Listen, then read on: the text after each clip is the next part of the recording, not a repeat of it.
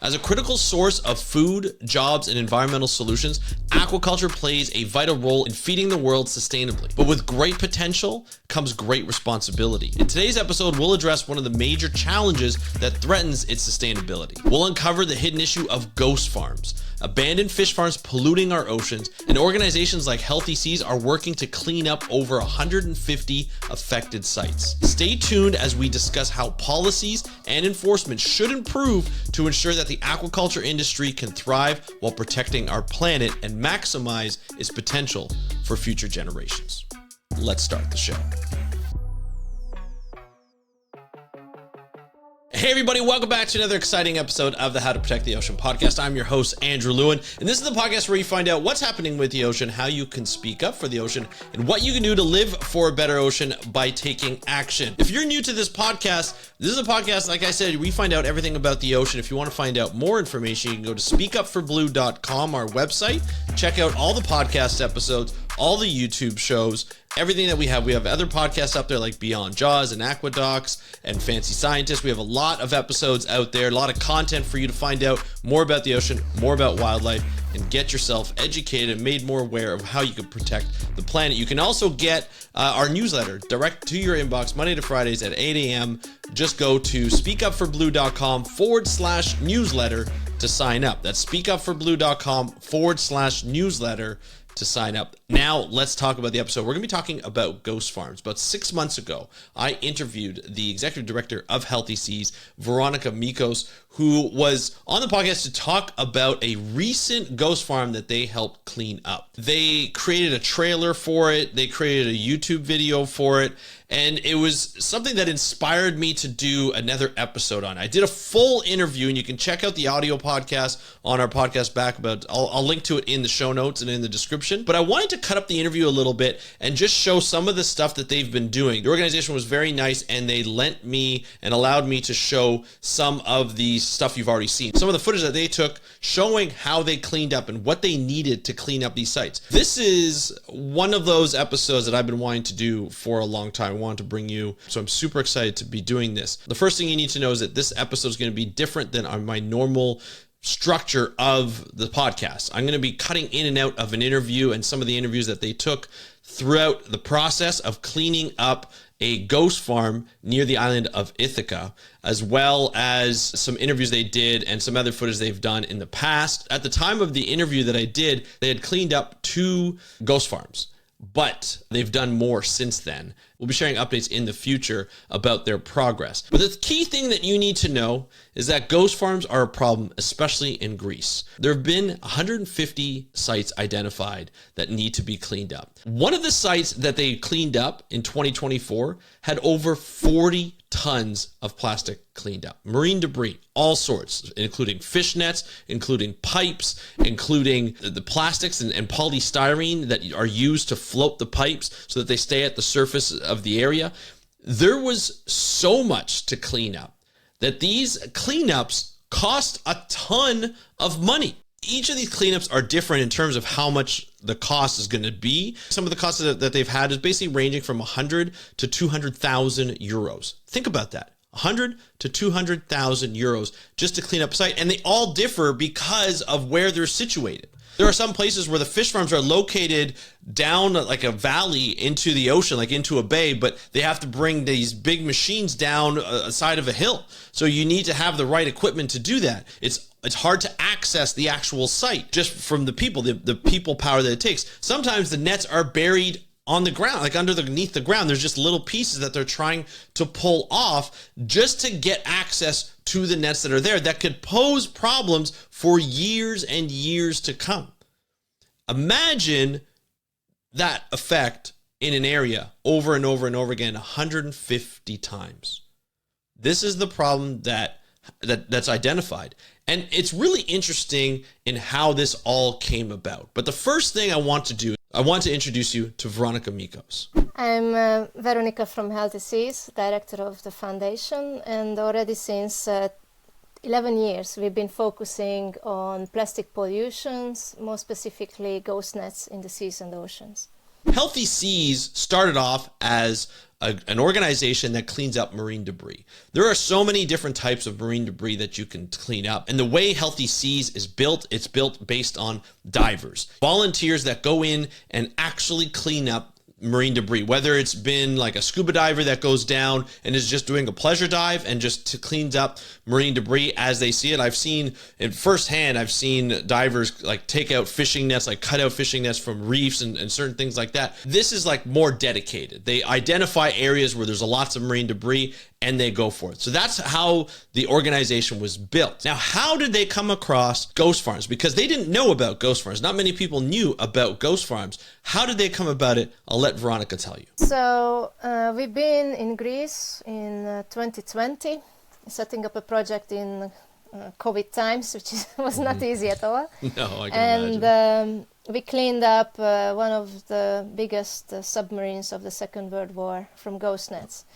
And that was in the Ionian Islands in Greece, in Kefalonia. And the neighboring island, Ithaca, we just really came over for 2 days of holiday to recover from all that big project. Right. And then we met a local environmentalist, dive center owner there, who was just literally telling us, I've seen you guys, what you were doing. It was in the news. Congratulations. Yep. If you want to clean up something really big, these were his words, if you want to clean up something really big, we got a fish farm here. Okay, I didn't quite understood what he means by a fish farm. I've never heard or seen anything like that before. And a fish farm, like, again, like, it was owned by somebody. It was a company operated it. And this my understanding, and you can give me more detail, this project was essentially an abandoned, the company went out of business or decided to leave this fish farm at some point, but it kind of continued to keep that infrastructure. So all the pieces, so the nets, this was an open pen fish farm, meaning that it was in the ocean. There were nets in the ocean, a series of nets in the ocean that you could identify from the air, from either satellite imagery or from a plane of some sort. Can you give us sort of detail of what you found when you went to the site? Exactly. So one of the big difference compared to a ghost net we find randomly anywhere or a ghost farm is that the ghost farms once had an owner, so it's known. With the ghost net, we don't know. And the other difference is the scale of the pollution. We are not talking about one single piece of fishing net, but complete facilities being abandoned with scattered waste on the surface, covering coastlines of hundreds of meters, sometimes kilometers. So what we have seen was really, really shocking. From the distance, the coastline and the rocks looked white. So we thought, okay, that's white pebble. Till we went closer and we could see that that's the styrofoam, the polystyrene material degrading inside the pipes of the fish farm. They use this material. If you want me to name number one evil material of a fish farm, then this white poison, which is covering the coastlines in the sea. It's tiny particles floating, and the fish thinks that it's food. It looks exactly like fish food, so it's very harmful, polluting both on land and at sea. So just imagine that you're an organization that just ponied up money and partnered with people to clean up a World War II submarine, like the debris around that area. And then you've done that for a week, maybe longer. You're going to take a couple of days vacation to relax from that intense time. This is hard work, folks. This is not easy work. Not only are you diving, you're not diving for pleasure. You're diving to take up marine debris. It's a little dangerous, but it's also tough work. You're taking a vacation for 1 or 2 days. Somebody comes upon you and says, hey, you know what? If you really want, I love what you're doing. If you really want to help, you'll help. I like clean up this ghost farm, this fish farm that was abandoned because it ran out of money and nobody cleaned it up. It's just sitting there. It's sitting there in a bay where the equipment that's there to hold, like the pens to hold all the fish, is gone. There's no fish, and the pens just start to break down because there's nobody there to maintain the pens. So it's just broken down. It's all in the bay. We can't go swimming. It's gross. There's marine debris all over the place, like polystyrene, so basically styrofoam that's floating around, and the fish are eating it. It's not good for tourism, which many of these islands, these Greek islands, are based off of. it's just not good. It's not good for the local people. It's not good for the environment. So if you really want to do something, you can do it. And they took it upon themselves to say, hey, you know what? We are going to do it. I don't know how yet, but we're going to figure it out. Imagine that. Imagine just thinking that this is what we're going to tackle, just coming across because you are a marine debris cleanup organization. Why not clean up a ghost farm, right? How do you go about it? How do you even start is something that is unreal to me, but they did it. They started off in 2020. They go and they clean up this fish farm, and they learn a lot as they go through it. So much so that they're able to do another one in May of 2024. And they've been able to accomplish that a little faster. They've teamed up with Hyundai, who take some of the filaments from the net and they make the car mats out of it. So they have a reason to reuse the nets. So it's not just discarded into a landfill. They partner with it. They help fund the project. And this is what comes out of it. Yeah, the experience was really shocking. I would say amazing to see everything that can be done here, but also really sad to see the situation because it's something that I was not expecting, even though we've already had this project, but living it here live and seeing all the waste that's everywhere. You only see the surface maybe around here, but everything that's underwater, it's completely full of nets, of pipes. There's so much waste around the beach. So yeah, my feeling is very positive that we're doing this for the environment, but also very sad to see what humans can do to our waters and to our world. Now, although this project is great to be able to say, hey, we've cleaned up 2 ghost farms, right? These fish farms that have been abandoned by their owners. Business ran dry. They had to give it up back to the government. Now it's a public entity. The government doesn't do anything with it. It just leaves it there and it allows it to just basically fall apart. So you've been able to clean up 2 of these sites, but there's still 148 more of these ghost farm sites to clean up. This organization can't do it. They don't have the people power to do it. They don't want to do this forever. This should be left up to the government. But the question is, why have these fish farms been left abandoned and not cleaned up? Are there not laws to clean these up? Veronica had this to say. Indeed, we've been in very close contact with the local, regional and federal government as well. The law is in place, the implementation is missing. And why is it missing, or why the law enforcement is missing? That's the question. I've heard experts saying that the best would be if in the future at the opening of any new facility they put an amount of money in deposit. Yes, like when you rent a room and the landlady is asking you to pay for 2 months in advance, something like that. So now we know the costs of the cleanups, now we know the effort it takes. It's very easy to put a price on it and ask fish farming companies to have this deposit in place. If they don't clean it up themselves, then let's say the government or the authorities are going to take this money and spend it on the cleanup itself.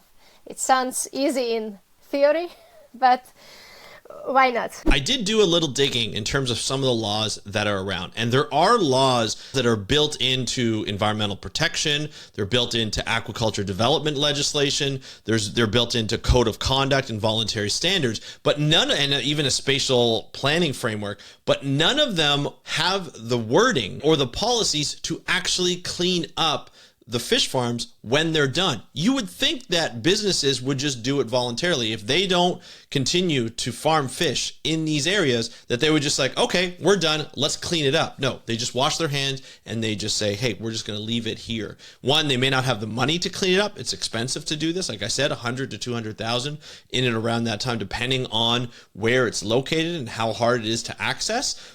But they don't do it because they don't have the money, or they've run out of time, or they can't take care of the fish farm anymore, so they just leave it without any problems. Now, there are laws in place, but the enforcement is not great. And Veronica had this to say about the enforcement and maybe some future laws that should be put in place, or future enforcement policies that should be put in place to help make sure that these ghost farms will be cleaned up in the future. In short, the Ministry of Environment have in Greece and has in Greece and also in other countries something called an office which is examining environmental crimes, and they do agree that it's an environmental crime. The best thing they could advise us was to go to the police, file a report, maybe together with the local municipality, and then this office will investigate the details. Right. Which is fine, but then in practical terms, it means a lot of time and money, and again, years at court. So it is not like we want to add another procedure on the top of the other 5 running procedure by doing this. So we decided to go another path. The cleanup is not the goal, or not the only goal, like I mentioned. The cleanup is a tool to raise awareness and find ultimate solutions to this problem. Mm-hmm. We don't want to be, and we cannot be, the cleaners of ghost farms forever, right? Yeah, for sure. But we will continue to take action, not only with cleanups, but also community involvement, advocacy, educational programs we run around it, with university students who will be the future aquaculture engineers and workers. Right. So we do many different type of activities around the cleanups, in order to place this ghost farm topic in a good position. Yeah. And find, again, like I said, ultimate solutions to this. Veronica and Healthy Seas see a potential in cleaning up these sites as a way to bring about awareness of these ghost farms. So people have the understanding that these ghost farms exist and something needs to be done about them. The government needs to ensure that policy is laid out so it's very clear that cleanup is part of managing a business with fish farms. To have fish farms just laid around and degrading into the environment, not an ideal situation. It makes the country look bad with these beautiful coastlines. Seeing the destruction and the degradation of these fish farms is not a good look, right? It's not a good look for the coastline that looks beautiful already. It should remain beautiful. And if you're going to do work in the ocean, you better clean it up. We've seen this in other industries like oil and gas, where wastewater ponds are not cleaned up because it costs too much to clean up, and the government doesn't enforce the companies who actually created the wastewater ponds to clean up. We've seen that happen in Canada. We've seen it happen in other places, and it's sad. It's really sad to see, because the local people who live there have to deal with all this stuff, the pollution, the health concerns, the environmental concerns.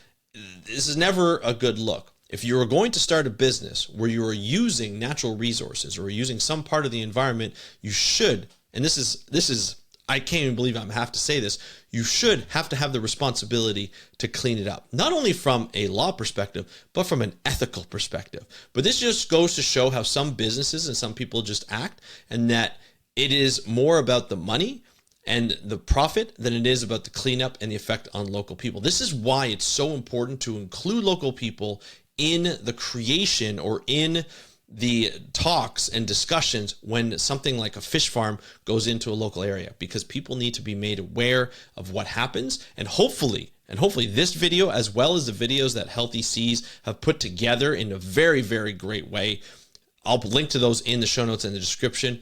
But hopefully these videos bring about awareness to get people, not only in Greece, but all over the world, to ensure that when people work within the environment and have to use the environment to make a profit, they have the responsibility to clean it up afterwards. That's it for today's episode. I want to thank Healthy Seas, Veronica. I want to thank Samara, who has really been, sort of the person who's given me all the information and the footage to be able to create this episode for you. I want to create more of these episodes like this for you. I'd love to hear what you thought of this type of episode, this type of structure. Please let me know. And if you're listening to this on audio, feel free to go over to our YouTube channel where we have more footage. You can actually see the footage of the cleanup, and you get a better sense of what goes in, the equipment, the access, the people, the amount of people it takes to clean all of this up, and the specialties that they have, like scuba diving and floats and all this kind of stuff, and boats.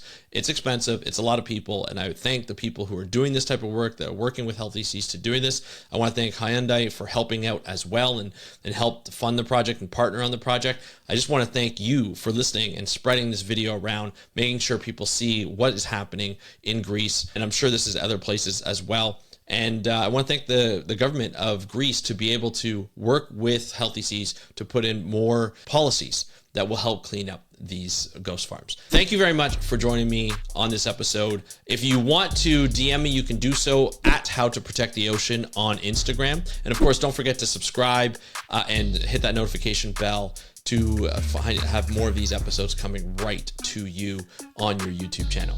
And don't forget, we're on Spotify, Apple Podcasts, everywhere. Thank you so much for joining me on today's episode of the How to Protect the Ocean podcast. I'm your host, Andrew Lewin. Have a great day. We'll talk to you next time, and happy conservation.